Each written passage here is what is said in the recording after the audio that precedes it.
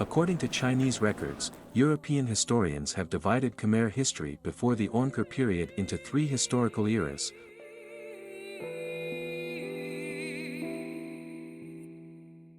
One, the Funan era or Noko Panem era, from the emergence of the First Khmer Kingdom until the 6th century. 2, the Janlar period during the 6th century. 3, the period starting from the division of the Janlar kingdom into two parts in the 7th century, known as Water Janlar and Land Janlar.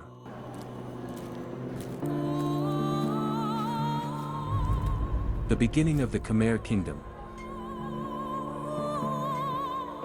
In Chinese records, referring to Southeast Asia, they wrote that around 57 AD, there was a kingdom called Funan, located in the central part of the Indochina Gulf or Cochin China in ancient times, or in the current southern part of Vietnam and southern part of Cambodia.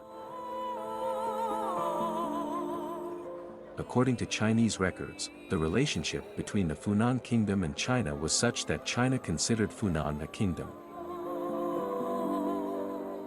Funan sent diplomatic missions to China between 250 and 550 AD.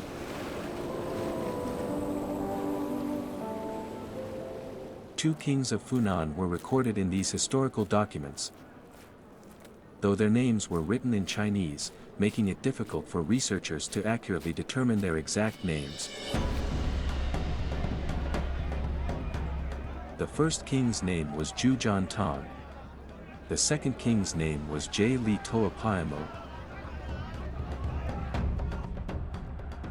Some researchers have hypothesized that Zhu was likely the name of an Indian king, while Paimo might be a Sanskrit word meaning Vorman.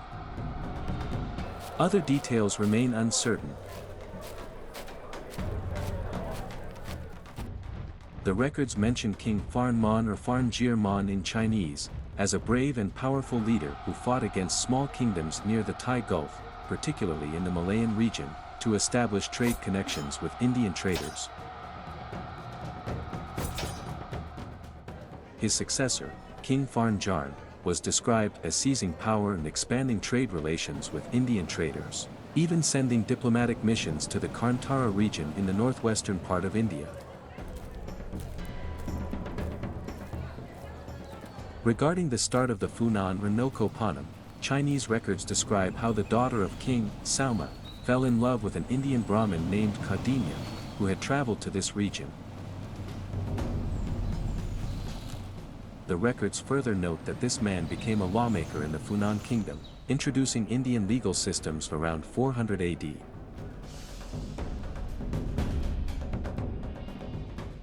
Regarding the territory of the Funan kingdom, Chinese records mention that this kingdom had a size of 2,000 kilometers.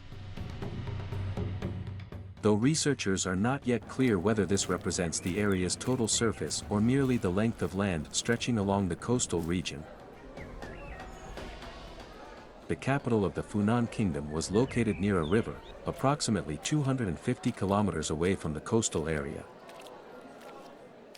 This point leads to speculation that the kingdom's capital was likely in the Angkor Boré region, as archaeological excavations there have uncovered various ancient artifacts and utensils. However, these items appear to be more from the era of King Jayavarman than an earlier period.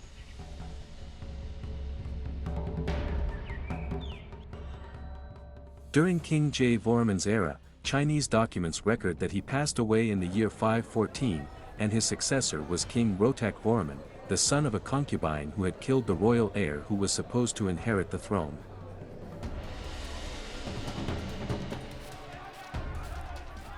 During King Rotak Varman's reign, the kingdom's territories seemed to gradually shrink compared to his father's time.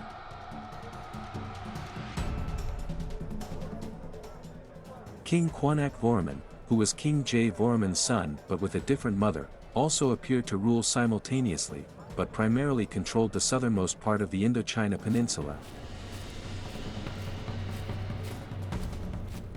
Additionally, there are accounts about Queen Kol Boparvate, King Jayavarman's queen, who might have controlled a portion of the kingdom after King Jayavarman's death.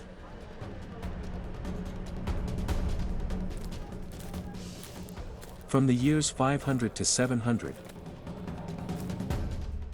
territories in the northern part of the Funan kingdom were almost entirely or partially considered as Khmer Empire by Chinese records. The term Janlar was used by the Chinese to refer to the Khmer Empire until the 18th century. An inscription was discovered at Wat Pu Temple in present-day Laos mentioning a king named Tevir Nikark around the 5th century, indicating he came from a distant place. By the 6th century, there was a kingdom believed to be located near Khor Jes province, with a king named Virak Vorman who had at least 2 sons. The first, Jurt Troasen, left inscriptions showing military campaigns to expand territories north and west of the capital. The second son, Pakvak Vorman I, divided territories and controlled Sormbo Prey Ku in the present-day Kormpong Tom province. He reportedly expanded his domain to control areas up to Srey Tep in northern Thailand. Because Srey Tep mentions his name, it is speculated that he truly extended his influence that far and that the lands of the Funan kingdom in Prey Veng province were also conquered by him. During this period, King Virak Vorman passed away, and his successor was King Jurt Troasen, who changed his name to Mohantrak Vorman. Initially, he continued expanding control over territories in what is now present-day Thailand up to the northern part of Khon Ken province. King Mohantrak Vorman entered to govern the royal throne at Sormbo Prey Ku after King Pakvak Vorman passed away in the early 6th century, supported by numerous inscriptional evidence. Around the year 617, King Mohantrak Vorman passed away. His successor was his son, King Isanvarman I. By this era, King Isanvarman I was the most remarkable monarch who expanded the kingdom's territory much more extensively than previous reigns, especially towards the west. Conversely, inscriptions from his time considered him a Skola.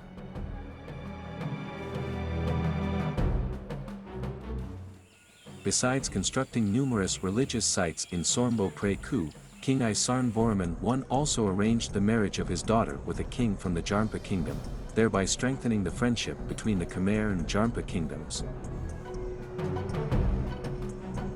Being elderly, King Isanvarman I likely passed away around year 628.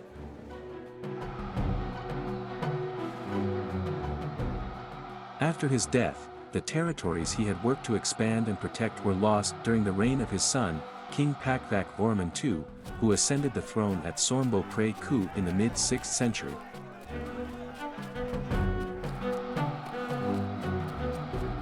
During this period, another king named Jarntrak Vorman, whose genealogy was unknown, ruled in the northern region. Among his queens, one was known to be a granddaughter of King Isanvarman I. The territories this king controlled were not extensive, but his son who succeeded him in 662, King J. Vorman I, successfully attempted to reunify the territories. The reason he was called J. Vorman I was because the earlier J. Vorman was not counted, as he was a monarch from the Noko Panam era. Many evidential traces were found from his time in southern Cambodia, including the Orkyum temple constructed during his reign. The last inscription from his reign was carved in 691, though this does not mean he passed away that year. Since he had no son heir to succeed him, the succession fell to his daughter, Princess J. Tevi, in year 713. During Queen J. Tevi's reign, the Janlar Empire became increasingly internally divided, leading some kings to break away and form smaller kingdoms. Eventually, Janlar split into two, water Janlar and land Janlar, before the Angkor era began. Recently, evidence was discovered showing that during Queen Tevi's time, another king named Pakvak Vorman III, who was the son of King Vorman I's sister, also ruled. This king controlled territories from the northern part of Bart Dormborn province up to the Thai lands bordering the current Cambodian border.